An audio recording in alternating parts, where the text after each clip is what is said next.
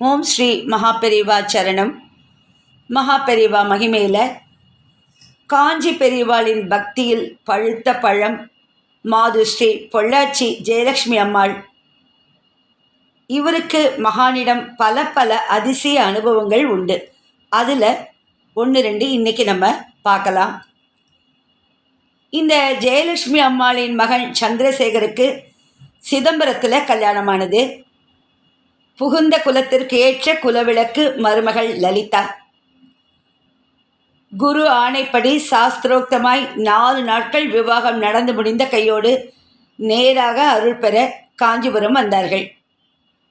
குரு அருள் கடாட்சம் பெற்றுக்கொண்டு ஸ்ரீ ஜெயேந்திர சரஸ்வதி சுவாமிகள் திருப்பதியில் இருந்ததால் அங்கு சென்று அவரது அருளையும் பெற்றுக்கொண்டு குலதெய்வமான பாலாஜியையும் தரிசித்துவிட்டு நந்தனத்தில் உள்ள வீட்டிற்கு மதியம் வந்து சேர்ந்தார்கள். அலைச்சலால் எல்லாரும் சோர்ந்து அசதியாய் படுத்து விட்டார்கள். சாயங்காலம் 6 மணிக்கு மாமியின் கணவர் எழுந்து சந்தியாவந்தனம் செய்ய தொடங்கினார்.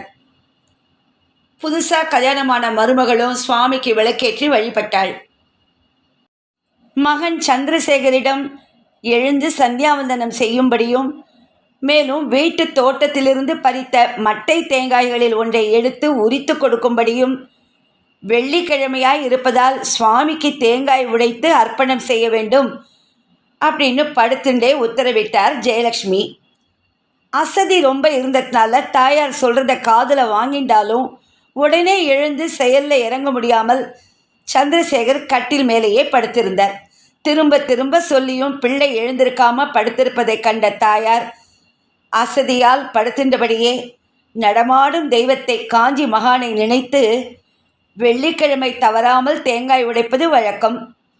குழந்தைகள் புதுசாக கல்யாணாய் வேறு வந்திருக்கிறார்கள். சொல்ல சொல்ல காதில் வாங்கி கொள்ளவில்லை. தேங்காய் வேண்டுமானால் நீயே உரித்து உடைத்து கொள்ள வேண்டும் போல் இருக்கிறது அப்படின்னு தான் மனசுக்குள்ளேயே படுத்துண்டு ஜெயலக்ஷ்மி சொல்லும்போது படார்னு வெடி வெடித்தது போல மகன் படுத்திருந்த கட்டிலுக்கு அடியிலிருந்து சத்தம் வந்தது. கட்டில் மேலே படுத்திருந்த சந்திரசேகர் பயத்தில் துள்ளி எழுந்து வெளியே வந்து நடுங்கியபடி நிற்க, ஜபம் செய்து கொண்டிருந்த தந்தை பயப்பட, மருமகள் லலிதா அதிர்ச்சியுற, ஜெயலக்ஷ்மியும் வாரி சுருட்டி கொண்டு எழுந்து என்ன ஆச்சுன்னு பதற ஒருத்தருக்குமே சத்தம் வந்த காரணம் புரியல. அதுக்கப்புறம் அந்த சத்தம் வந்த கட்டிலுக்கு அடியில் பார்க்கும்போது தோட்டத்திலேருந்து 1 வாரம் முன்பு பறித்து போட்ட பச்சை தேங்காய்கள் மட்டையோடு கிடக்க அதில் ஒரு தேங்காயின் மட்டை மட்டும் வெடித்து இருந்தது. வெடி சப்தம் வர காரணம் தேங்காய் மட்டை வெடித்தது தான். எல்லாருக்கும் ஆச்சரியம், எப்படி மட்டை வெடித்தது? ஜெயலக்ஷ்மி மட்டும் அதை கையில் எடுத்துட்டு நடுவில் இருந்த தேங்காயை பிச்சு எடுத்தபடியே, தேங்காய் உடைக்க வேண்டுமானால் நீயே தான் உரித்து கொடுக்க வேண்டும்னு சொன்னதால் உடனே செஞ்சுட்ட போல இருக்குன்னு சொல்கிறார். இப்படியாக மனதில் நினைத்து கொண்டதை உடனே நிறைவேற்றும் அதிசய மூர்த்தி மகாபெரிவா. எப்படி தான் நினைச்சதை உடனே நடத்தி காட்டிய தெய்வம், தான் சொன்னதையும் உடனே நடத்திய அதிசயமும் நடந்தது இவர் வாழ்க்கையில். கார்வேட் நகரம்ங்கிற இடத்துல மகான் இருந்தபோது ஜெயலக்ஷ்மி அம்மாள் தன்னோட மாமியாரையும் அழைச்சிட்டு போய் தரிசனம் செய்து வைத்தார். 10-15 நாட்கள் தங்கி தரிசனம் செய்தனர். அப்போது காரடையா நோன்பு வந்தது. அந்த நோன்பையும் ஸ்ரீ கிருஷ்ணர் கோவில்லையே செய்தார். அப்போது பெரியவாளை தரிசித்து விட்டு வரும் அடியவர்களுக்கும் தரணுங்கிறதுக்காக நிறைய அடைகளை செய்து வைத்து காத்திருந்தார். ஒருவருமே வரலை. ஏமாற்றமடைந்த ஜெயலக்ஷ்மி பெரியவாள் தரிசனத்திற்கு சென்றபோது அங்கு இருந்த வேதபுரி சாஸ்திரிகளிடம் ஏன் அடை சாப்பிட வரலன்னு கேட்டார். அவர் பெரியவா போகக்கூடாது என்று உத்தரவு செய்ததாக சொல்ல ஜெயலக்ஷ்மிக்கு ரொம்ப வருத்தம் ஏற்பட்டு அழுக வந்துடுறது. ஏன் பெரியவா போகக்கூடாதுன்னு உத்தரவிட்டார்? தனக்கு தகுதி இல்லையா? இப்படி பல கவலை.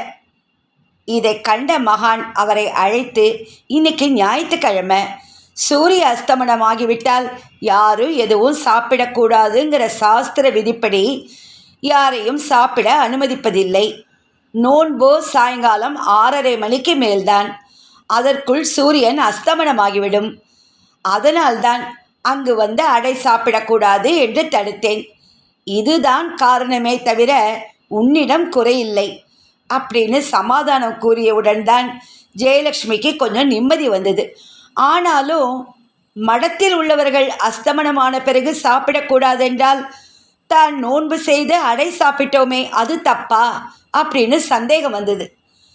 அதனால் உடனே பெரியவா கிட்ட கேட்க, நடமாடும் தெய்வமும் சிரித்துவிட்டு, சுமங்கலிகள் நோன்பு செய்ய வேண்டியது கடமை, நோன்பு செய்து பிரசாதம் சாப்பிடுவதும் நியாயம், எனவே நீ சாப்பிட்டதில் தவறில்லை அப்படின்னு சொல்லிட்டு, சித்ரா பௌர்ணமியிலோ அல்லது சிவராத்திரியிலோ உன் மாமியாருக்கோ அப்பாவிற்கோ திவசம் வந்தால் என்ன செய்வாய்? சித்ரா பௌர்ணமியில் உப்பில்லாமல் விரதம் இருப்பார்கள். சிவராத்திரியிலோ நீர் கூட அருந்தாமல் உபவாசம். அப்படிப்பட்ட சமயத்தில் பித்ருக்களுக்கு திவசம் வந்தால் உப்பு சேர்த்து தான் சமைக்க முடியும். சாத்த சேஷத்தையும் சாப்பிடத்தான் வேண்டி வரும். அது எப்படி தோஷமாகும் அப்படின்னு விவரம் சொல்ல, விளக்கம் கேட்ட ஜெயலக்ஷ்மிக்கு திருப்தியாய் இருந்தாலும் அதிர்ச்சியாகவும் இருந்தது. காரணம், மாமியார் அப்பா இருவரும் உயிருடன் இருக்க உதாரணத்திற்கு ஏன் அவர்களுக்கு திவசம் என்று சொல்ல வேண்டும் அப்படின்னு தோணித்து.